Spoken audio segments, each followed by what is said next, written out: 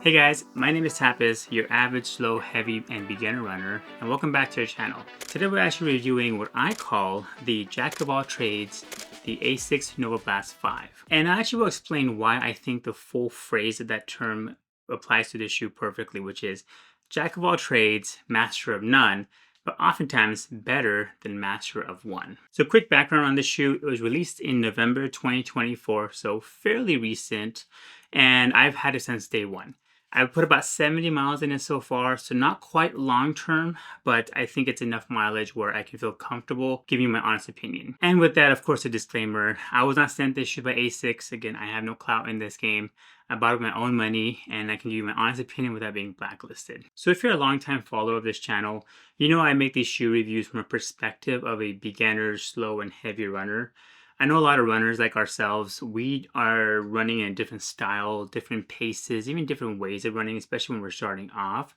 So some of the shoe reviewers that are out there, they're way more advanced in the game. So we may not be able to relate to them because they are significantly faster than us. So shoes that may work for them may not work for us. So subscribe if you want to see more stuff like these. And I also do a weekly vlog of my running journey to my first marathon. So in this video, I'll quickly cover the specs, what have I been using these shoes for, how are they to run in, and would I recommend them to fellow runners like myself. And of course, I will give you some alternatives to the shoe if these are not going to work out for you guys. As usual, there are timestamps below, so feel free to jump around as needed. Let's get into the review. Starting with the upper, we have a very comfortable, lightweight, and breathable jacquard mesh. The upper is very wide, very comfortable for my feet. I have wide and thick feet, and these feel perfect on them. It has a semi-gusseted tongue, which is similar to the Superblast 2, which you guys know I loved. Size-wise, I normally wear 11.5 if it's available, and it's exactly what I got it in. I got an 11.5, and it fits me perfectly. Weight-wise, the Novablast 5 came in at 287 grams on the left, and then 286 grams on the right.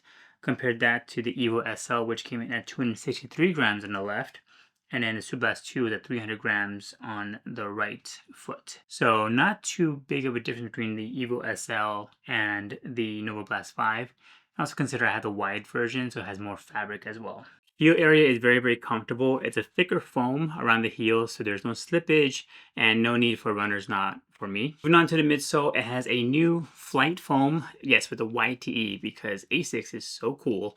It has FF Blast Max, which is soft and bouncy, compared to the Novablast 4, which had the FF Blast Plus Eco, which was a little bit more firm, had the same amount of bounce, honestly, but the new foam is significantly more soft. It has a 41.5 millimeter in the heel and 33.5 millimeter in the forefoot for an 8 millimeter drop. No carbon plate. The shoe is very, very flexible and rigid, which helps with the quick turnover and doesn't feel big underfoot. And finally, the foam in the heel is very, very wide, which provides great stability, and it's not super compressive.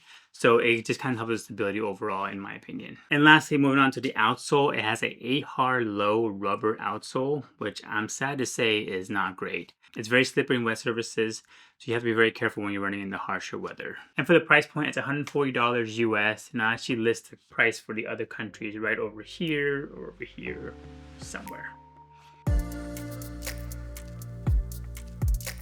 So the first question would be, what do they like to run in? And for me, they are great. The fit and feel is one of the best I have ever tested in this channel. The foam is soft, but it's the right kind of soft. As I've said in some of my other videos, I'm not the biggest fan of the more compressive foams. They lead to a lot of instability when I run, especially as a heavy runner. But this FF Blast Max, though, is a perfect blend of the soft, stable, and bouncy ride that I look for. It feels soft underfoot, but not super compressive, like I said, like the 1080s or even some of the more max cushion shoes. For me personally, it's a good blend of the stability at the same time as providing that bounce. I did run in the previous version of Novablast 4, and I found them to be a little too firm and just not my type of foam. They were great stability-wise, but they were a little too firm for me. Because I have wide and thick feet, the shoe fits very, very well. I didn't notice any kind of movement or slippage when I'm running. The lockdown is really, really good for me. However, I know a lot of people say that it's not necessarily the best for narrow feet, because there is a lot of room in the forefoot, so you may have to be extra careful about how you tighten this as well, because maybe if you're narrow feet, these may not work for you. They may be a little too wide. There are a couple of issues I ran into when I run in these shoes. First one being that while there is a good amount of bounce, it's just not the greatest for my faster workouts. I feel like I have to really push these shoes along for my faster paces, which is around like 10 minutes per mile right now for me. Not saying you can't do faster stuff in this, it's just not as propulsive as my Evo SL is, which has a lot more bounce and a very aggressive rocker. Another issue is something I mentioned earlier, and that's around the grip of the shoe. It's very, very slippery, even though it's supposed to be an actual upgrade from the Novablast 4. So for me, when it's, harsher weather, it's raining outside, I kind of stay away from these because I did actually slip a couple of times when I'm running in this, and I just wish I had better grip overall. These other two shoes have significantly better grip, which is the Superblast 2 and the Evo SL. This one unfortunately just missed the mark on it. I wish they would improve the grip on this. So what have I been using the Novablast 5 for? Honestly, every kind of workout. I've been using it for my easy runs, some long runs, and some of my speedier workouts. But here's the reason why I titled the video Jack of All Trades but Master of None. Don't get me wrong, it's a very, very good shoe, but it's not really good at any particular thing. For example, it's not the best at speed workout, like I said, because the bounce really isn't quite there like the Evo SL. And then for the longer runs, I feel like the longer I run in these, the bounce kind of also fades away. The cushion's still there, the softness is still there, but I prefer the consistent bounce that I get from my Superblast 2. But before you get the wrong idea, I actually think that's a good thing that this shoe is a jack of all trades, because isn't that the whole point of a good daily trainer? Sure, there's specific shoes you can get for the faster workouts, for the max cushion, and for the long run, but a good daily trainer is the one that you can do all three well. So in my opinion, this is why I like this shoe so much, because it does everything for me. I do wish they had better colorways. I don't mind this one. It's like the Laker purple and gold. But I do wish I had better colorways so I can use them for my travel days. But one of the good things is that it's the easiest option for when I don't want to think about what shoes I want to run in that day, minus the weather part. I luckily have multiple of shoe options that I can choose from. And if I had to actually start my journey all over again, just pick one shoe and stick to that shoe, it would either be this shoe or the Superblast 2, honestly, because it does everything well. Not specifically good at one specific thing, but it does everything well, which is exactly, in my opinion, the point of a daily trainer. And segueing to the next question perfectly, would I recommend these shoes for my fellow beginners, slow, heavy runners? Another resounding 100% yes. Especially for the cost of entry of $140. I can't think of a better shoe for that. They are the go-to shoes for everything you can think of. But one thing I will mention is around the durability of the shoe. A lot of reviewers have said that the shoe loses bounce around the 200-mile mark. And actually one of the members of our community, who is also a fellow heavy runner, mentioned that they lost the bounce in the shoe around 150 miles.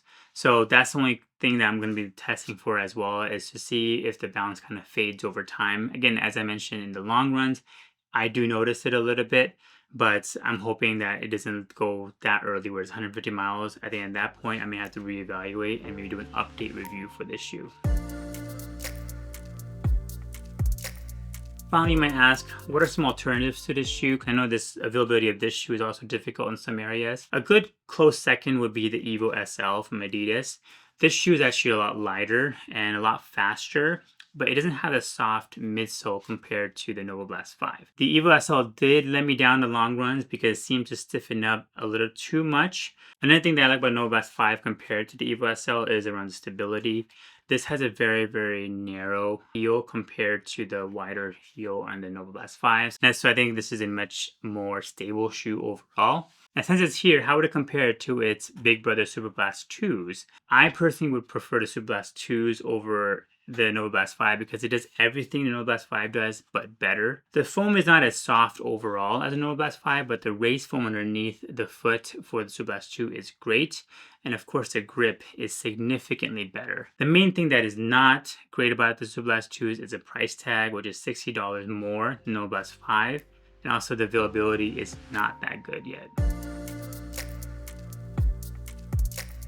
Well, there you guys have it. In my opinion, one of the best daily trainers I've tested thus far. I think for the price point and for what it can be used for, this is a perfect entry-level, do-it-all shoe for a runner like me. And I think the full quote of the title of the video describes this shoe perfectly. It's the jack of all trades, master of none, but oftentimes better than the master of one. Thank you guys so much for watching. Please subscribe, and I'll see you guys next time.